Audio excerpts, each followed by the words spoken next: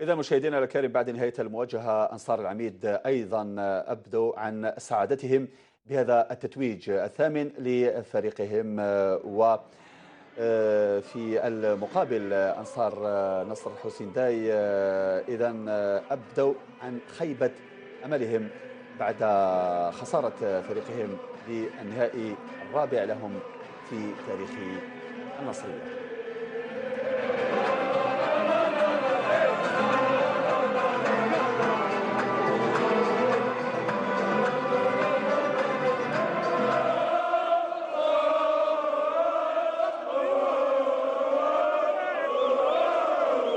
دينا الويتيام فيها بركه خو، الناس قال لك بلي هما حبوا يدوها، مي يا خو حشود ولا غير يا خو حشود يا خو، نقولوا يا خو ميرسي بوكو. ومازال سوبر كوب لياسما ان شاء الله. ان شاء الله سوبر كوب مع لياسما، حنا رانا مبازيين لنا كوب دافريك ان شاء الله خويا، ولات مولوديه باذن الله ولات خو. شحطنا كوب دالجيري وفيفا مولوديه يا خو الحمد لله. هذه لوساندي حنا نزاهوا يعطيه الصحة حشود. حنا رانا ربحنا بصحتنا ومبروك علينا. باب الواد العاصمة الزاهية بارتيه ولا اروع، ومبروك علينا وبكرنا صباح وسفرينا ودمحنا وكلش وشو الحمد لله. يا خو جينا من الصغار في رحبه، انا وصحابي ونا جينا سيبورتو الحمد لله المولوديه، وشفنا مباراه جميله وداروا تمريرات شابه وعندها تشكيله شابه. وسكاره في الحسادين يا خو، سكاره في الحسادين. اولي اولا شوت كريستيانو، اولي اولا انا فامين وانا اولي اولا. والله خيبه تاع الصح في الشلونه اللي دانيير مينيت، الله غالب. هذه شنو السبه؟ شفنا هما لعبوا والله غالب شغل. هذه ما عندي ما نزيد. هذا هو البالون. اون اكسيون اللي ما كانش الماركاج فيها، اون كيسينا اون بيت لي اكتو هلكنا الاربيت خويا العزيز، ما يحبوش الناس. مشاهدينا الكرام، الآن ننتقل مباشرة إلى باب الواد، معقل فريق مولودية الجزائر، ومع موفد تلفزيون النهار إلى هناك زميل إسلام بقريعة. أهلا وسهلا بك إسلام.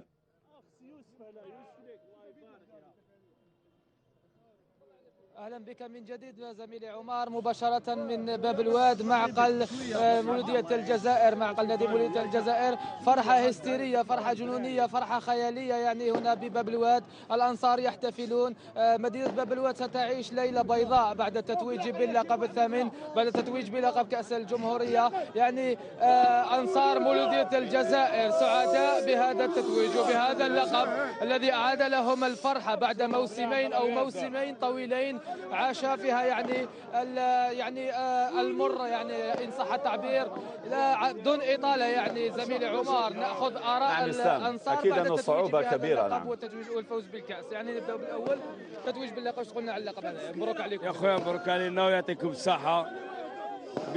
بالمناسبه نهديو هذا الفوز الى كل الجمهور الجزائري من الشرق والغرب، ويعطيهم الصحه للجوار، وماذا بها الجوار تاعنا يهديو هذا الكأس هذه يهديوها سيدنا بالحيماني المرحوم ربي يرحمه، ويعطيكم الصحة كاع لي جوار ستاف تكنيك، وتحيا مولودية، تحيا الجزائر. بارك الله فيك. نشوفوا مناصر آخر قادم من باريس من أجل متابعة مولودية الجزائر. قلنا رأيك يعني بعد التتويج باللقب.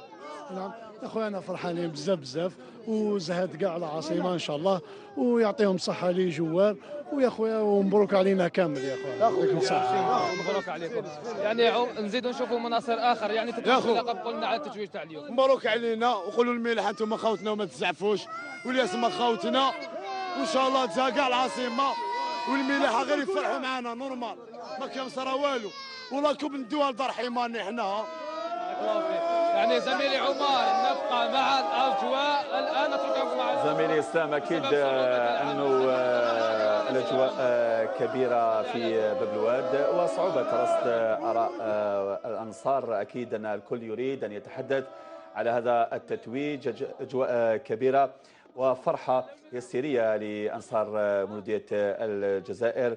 صحيح ان النصريه اذا انصارها غير راضون على هذا إذا الإخفاق، لكن هذه هي كرة القدم، هناك فائز وهناك خاسر مشاهدينا الأكارم.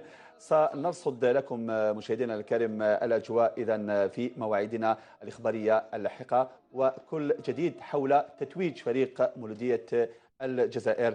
شكرا لكم مشاهدينا الكرام.